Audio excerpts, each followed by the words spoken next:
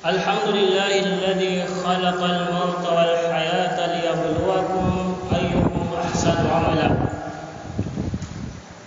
أشهد أن لا إله إلا الله شهادة نرجو بها من نجاة من النار، وأشهد أن محمدا عبده ورسوله. أشهد أنه بلغ الرسالة وأدى الأمانة ونصح الأمة. اللهم صل وسلم وبارك على سيدنا محمد وعلى آله وأصحابه ومن تبعهم بإحسان إلى يوم الدين. أما بعد، فعباد الله، أوصيكم ونفسي أولا بتقوى الله عز وجل، فإن الله يقول: يا أيها الذين آمنوا اتقوا الله حق تقاته ولا تموتن إلا وأنتم مسلمون. وقال أيضا: من عمل صالحا من ذكر أو أنثى وهو مؤمن فلنحيينه حياة طيبة. يقول الرسول صلى الله عليه وسلم: ثلاث من كن فيه وجد بهن حلاوة الإيمان: من كان الله ورسوله أحب إليه مما سواهما، وأن يحب المرء لا يحبه إلا لله، وأن يكره أن يعود في الكفر بعد أن كده الله منه، كما يكره أن يقذف في النار، أو كما قال عليه الصلاة والسلام. Ang lahat ng papuri at pasasalamat ay sa lamang ang Panginoon ng sanlibutan, at ang kapayapaan ay sumakanyang propeta at kanyang pamilya at sa lahat ng mga tao sumunod sa landas ng ating mga mahal na propeta Muhammad sallallahu alaihi wasallam. Mga magulang at kapatid sa pananampalatayang Islam, bawat isa sa atin ay naghahangad ng maayos, matagumpay at mapayapang pamumuhay dito sa mundong ito. Lahat tayo ay naghahangad na magkamit ng masayang pamumuhay dito sa daigdig. Sayan ang hangarin ng bawat isa at pagkakatulad ng mga tao. Mayaman man o mahirap, may katungkulan man o ordinaryong tao, mabuting tao at masamang tao, kung tatanungin natin ang bawat isa, tiyak na ang lahat ay nagnanais na magkamit ng kasiyahan at mapayapang pamumuhay dito sa daigdig. Kaya nga, bawat isa ay nagsusumikap para lang makamtan ng kaligayahan dito sa daigdig. Ngunit mga magulang at kapatid sa pananampalatayang Islam, ang karamihan ay nagkaiba-iba lang ng pananaw kung paano makakamit ang tinatawag na tagumpay o kaligayahan dito sa daigdig. May mga taong ang kanilang pananaw ng tunay na kaligayahan ay makakamit mo lamang kapag ikaw ay naging mayaman o milyonaryo, na kung saan lahat ng mga ninanais mo ay nakukuha mo. Yan ang basyan ng ilan na magpapaligaya sa kanila. May mga tao naman na ang kanilang pananaw na magpapaligaya sa kanila ay sa pamamagitan ng pagiging isang pinuno o leader sa isang lugar o makapangyarihan, na kung saan ang kanyang salita at utos ang siya lamang nasusunod. Sayan ang kanilang paniniwala o pananaw na magpapaligaya sa kanila dito sa mundong ito. Mayroon namang mga tao na ang kanyang kaligayahan ay nakabase sa pamamagitan ng mga masasamang gawain, katulad ng bisyo, sugal, at iba pang mga gawain na ipinagbawal ng Allah subhanahu wa ta'ala. Ngunit mga magulang at kapatid sa pananampalatayang Islam, ang lahat ng nabanggit natin ay ang mga bagay na yan ay kaligayahan na panandalian. Hindi nagtatagal bagkus yan ay lumilipas paglipas ng mahabang panahon. Hindi ba nakakita tayo ng taong mayaman na ngayon ay napabilang siya sa mga mahihirap? Hindi ba may mga taong mayroong mataas na katungkulan at ngayon ay napapabilang na lang siya sa mga taong mababa ang atas sa lipunan? Saya, ano ibig sabihin yan mga magulang at kapatid? Ang ibig sabihin niyan ay hindi yan ang totoong kaligayahan at tagumpay dito sa mundong ito. Dahil ang mga bagay na yan ay may naidudulot namang kaligayahan pero hindi para panghabang buhay, bagkus yan ay pansamantala lamang.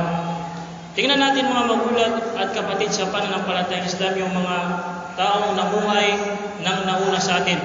Kung ano ba ang naging epekto ng bagay na yan sa kanilang pamumuhay. Halimbawa niyan ay si Firaun, na kung saan siyang hari sa Egypt. Sa kanyang panahon ay ang akala niya ang kanyang kayamanan at kapangyarihan ay hindi maglalaw hanggat sa ipinagutos niya sa kanyang mga alipin na siya ay sambahin. Ngunit ngayon, saan ang kanyang kapangyarihan at ang kanyang kayamanan? Si Qarun, na ang kanyang kayamanan ay susi lamang ng kanyang mga kayamanan ay libu-libong mga kamilyo ang bumubuhat nito. Subalit hindi nakatulong sa kanya yun sa kanyang pamumuhay. Bagkus yun pa nagpinsala sa kanya.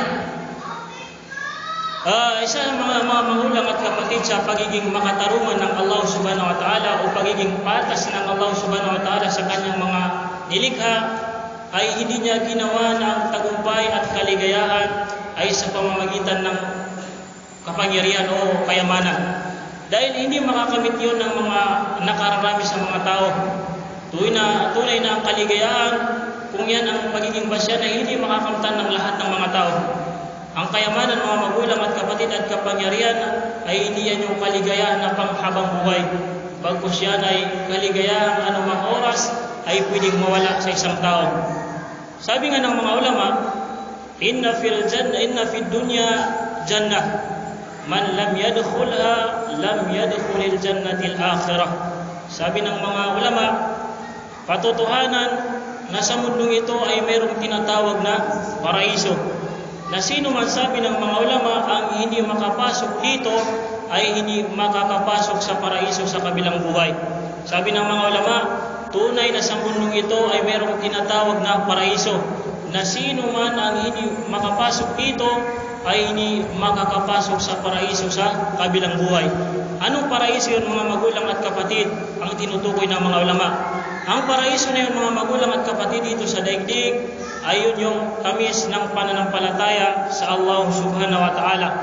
Dahil kapag ang isang tao o ang isang alipin ay pumasok sa kanyang puso yung tunay na iman o pananampalataya sa Allah, ay mararamdaman niya yung tamis ng pananampalataya na hindi mapapantayan ng anumang bagay dito sa mundo. Marami tayong narinig na mga kwento ng mga taong mayayaman na hindi nila natagpuan ng tunay na kaligayahan at kapayapaan sa kabila ng kanilang kalagayan sa pamumuhay. Ngunit noong natagpuan nila ang pananampalatayang Islam at naisabuhay nila ang mga aral nito, ay natagpuan nila ang maayos at mapayapang pamumuhay sa pananampalatayang Islam. Sabi nga ng mga Arabo, lastu ara as-sa'adata jam'al mal, walakin at-taqi huwa as-sa'id. Laysa as-sa'id alladhi yus'idu dunyah, inna as-sa'id alladhi yanju minan nar. Sabi ng mga Arabo, hindi ang tagumpay sa pamamagitan ng pag-ipon ng kayamanan. Ngunit sabi ng mga Arabo, yaong may pananampalataya ang siyang tunay na nagtagumpay. Hindi ang taong nagtagumpay ay yaong taong naging masaya siya sa pamumuhay niya sa mundong ito.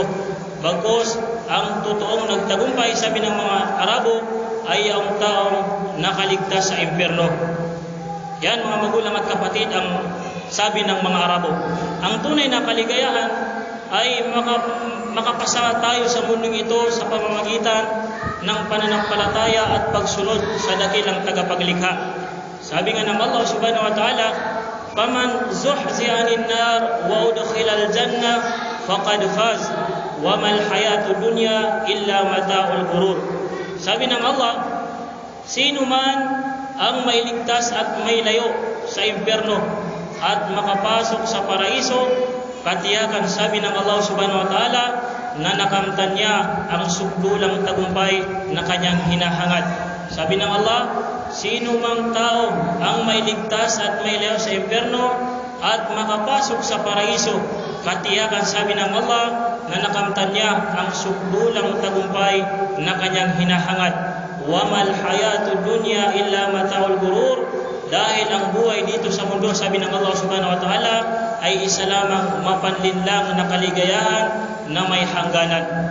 Yan ang dapat natin tandaan, mga magulang at kapatid. Ang kaligtasan ng bawat isa sa mundong ito, higit lalo sa kabilang buhay.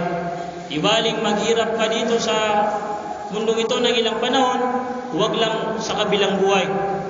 Sa papaanong paraan, mga magulang at kapatid, natin makakamit ang kaligayahan at kapayapaan dito sa mundong ito, higit lalo sa kabilang buhay?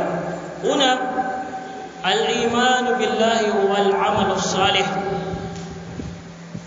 Unang paraan para makamit natin ang tagumpay dito sa mundong ito, higit lalo sa kabilang buhay, ay ang tunay na pananampalataya sa Allah at paggawa ng kabutihan o matuwid. Hindi sapat na ikaw lang ay naniniwala lang sa Allah, bagkus kailangan makita sa iyong mga gawain at kilos yung pagmamahal o pananampalataya mo sa Allah subhanahu wa ta'ala. Dahil ang tunay na naniniwala sa Allah subhanahu wa ta'ala ay nakikita mo sa kanyang mga gawa at kilos, kung saan puro kabutihan at pagsunod lang sa Allah subhanahu wa ta'ala ang kanyang ginagawa.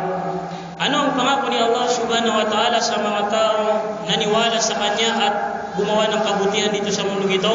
Ano ang pangako ng Allah subhanahu wa ta'ala sa mga taong nanampalataya sa kanya ng tunay na pananampalataya at gumawa ng kabutihan dito sa daigdig? Sabi ng Allah, man amila salihan min dhakarin aw untha wa huwa mu'min falanuhyiyannahu hayatan tayyibah. Sabi ng Allah, sino man ang gumawa ng mabubuting gawa, lalaki man o babae, sabi ng Allah, na siya ay tunay na naniniwala sa Allah, ay pagkakalooban namin siya dito sa daigdig ng mabuti at mapayapang pamumuhay. Yan ang pangako ng Allah subhanahu wa ta'ala. Sino man, sabi ng Allah, na gumawa ng mabuti at siya ay naniniwala sa Allah subhanahu wa ta'ala, pagkakalooban namin siya dito sa daigdig ng mabuti at mapayapang pamumuhay. Subhanallah, yan ang pangako ng Allah subhanahu wa ta'ala sa mga taong naniwala sa Kanya at sumunod sa Kanyang mga ipinagutos. Bibigyan siya ng Allah subhanahu wa ta'ala ng mapayapa at maayos na pamumuhay dito sa daigdig, kahit na hindi siya mayaman. Kahit na ikaw ay mahirap, ay mararamdaman mo sa iyong puso yung kaligayahan na hindi mapapalitan ng anumang bagay dito sa mundo. Mga magulang at kapatid, yan ang susi para makamtan natin ang hinahangad ng bawat isa na kaligayahan o tagumpay sa pamamagitan lamang ng dalawang bagay na yan. Una, tunay na pananampalataya sa Allah subhanahu wa ta'ala at paggawa ng kabutihan. Maliban sa dalawang bagay na yan, ay hindi natin makakamtan ang tunay na kapayapaan at kaligayahan at tagumpay dito sa mundong ito, lalong-lalo na sa kabilang buhay. Ang ating mahal na propeta Muhammad sallallahu alaihi wasallam ay nagsabi sa kanyang hadith, "Thalathun man kunna fihi wajada bihinna halawat al-iman, man kana Allah wa rasuluhu ahabba ilayhi mimma siwahuma, wa an yuhibba al-mar'a la yuhibbuhu illa lillah, wa an yakraha an yahuda fil kufr ba'da an ankadahu Allah minhu kama yakrahu an yuqdafa fin nar." Sabi ng mahal na propeta, tatlong katangian na kapag ito, sabi ng mahal na propeta, ay naging katangian ng isang tao, ay matatagpuan niya ang tamis ng pananampalataya sa Allah subhanahu wa ta'ala. Ano ang tatlong katangian na ito, mga magulang at kapatid? Una, sino man tao, sabi ng mahal na propeta, nang Allah lamang at ang kanyang propeta ang kanyang minamahal, nang walang nakahigit sa kanyang dalawa, mararamdaman niya ang tamis ng iman o pananampalataya sa Allah subhanahu wa ta'ala. Paano mo may papakita sa Allah subhanahu wa ta'ala na siya ay totoong minamahal mo na higit sa sarili mo anumang bagay? Siyempre, mga magulang at kapatid, kailangan nakikita ito sa kilos at gawa mo, kung saan isinasabuhay mo ang kanyang mga utos at iniiwasan mo ang kanyang mga ipinagbabawal. Kaya yung mga tao, sinasabi nila na minamahal at sinusunod nila si Allah, pero kabaliktaran ang kanilang ikinikilos, peking pagmamahal yon, hindi yun tunay na pagmamahal. Sabi nga ni Iblis, ajaban li ibni Adam, yuhibbuna Allah wa yakrahunani wa yu'suna Allah wa yuti'unani. Sabi ni Iblis o si Shaitan, nakakapagtaka ang mga anak ni Adam, yung mga tao. minamahal nila si Allah at kinasusuklaman nila ako. Ngunit sinusway nila si Allah at ako ang kanilang sinusunod. Salita yan ni Iblis. Sabi niya, nakakapagtaka yung mga tao daw dahil minamahal nila si Allah at kinamumuhayan nila ako. Subalit mas sinusunod nila ako kaysa kay Allah. Kaya mga magulang at kapatid, kung gusto mong makamit at maramdaman ang tamis ng iman o pananampalataya sa Allah, ay kailangan mahalin mo siya at ang kanyang propeta higit sa buhay mo at anumang bagay. Pangalawa, an yuhibbal mar'a la yuhibbuhu illa lillah. Pangalawang katangian upang makamit mo ang tamis ng iman ay mahalin mo ang isang tao nang walang dahilan ng pagmamahal mo sa kanya, kundi dahil lang sa Allah o pananampalataya sa Allah. Ano nga ibig sabihin niyan mga magulang at kapatid? Ang ibig sabihin niyan, yung mga tao na nananampalataya sa Allah, sila yung totoong magkakapatid. Hindi sila nagmamahalan dahil sa mga mulong bagay, bagkus nagmamahalan sila bilang mga alipin ng Allah subhanahu wa ta'ala. Sabi nga ng mahal na propeta Muhammad sallallahu alaihi wasallam, la tadkhulul jannata hatta tu'minu wa la tu'minu hatta tahabu. Sabi ng ating mahal na propeta, hindi kayo makakapasok sa paraiso hanggat hindi kayo nananampalataya, at hindi kayo makakasampalataya hanggat hindi kayo nagmamahalan. As'alullah an yanfa'ani wa iyyakum bima naqulu wa nasma'. Aqulu qawli hadha wa astaghfirullah li wa lakum wa li jami'il muslimin min kulli dhanbin fastaghfiruhu.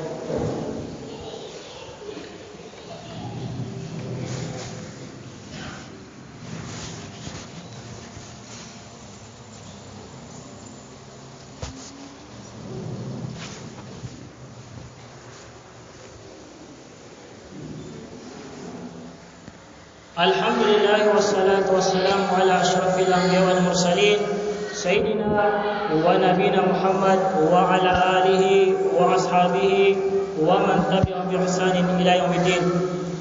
Pangatlong katangian na nabanggit ng ating mahal na propeta, an yakrahal muslim an yauda fil kufri kama yakrah an yuqdafa fin nar.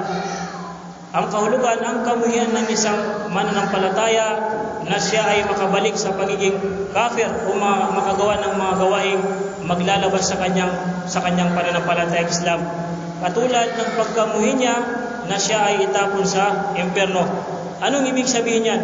Ang ibig sabihin niyan mga magulang at kapatid ay yung taong naramdaman niya yung tamis ng pananampalataya sa tagapaglikha ay nangangamba siya na abutan siya ng kamatayan na hindi siya sumasampalataya sa kanyang dakilang tagapaglikha. Kaya't lalong niyang pinapatibay ang kanyang iman sa Allah subhanahu wa ta'ala sa pamamagitan ng paggawa ng kabutihan. Dahil sa pangamba niya na abutan siya ng kamatayan na hindi siya nananampalataya sa Allah subhanahu wa ta'ala. Mga magulang at kapatid, sa pananampalataya Islam, isa sa pinaka-importante sa buhay ng isang tao ay ang kanyang din o yung kanyang pananampalataya. Dahil kapag yan ay nawala sa isang tao, ay nawalan na ng halaga ang kanyang buhay. At binalaan tayo ng Allah subhanahu wa ta'ala na huwag tayong abutan ng kamatayan na hindi tayo napapabilang sa mga tao na nananampalataya sa Kanya. Sabi ng Allah, Ya ayyuhalladhina amanu taqullaha haqqa tuqatih wa la tamutunna illa wa antum muslimun. O kayo mga mananampalataya, sabi ng Allah, katakutan ninyo ang Allah ng tunay na pagkatakot at huwag kayong aabutan ng kamatayan na kayo ay hindi nananampalataya. Inna Allaha wa malaikatahu yusalluna 'alan nabi ya ayyuhalladhina amanu sallu 'alaihi wa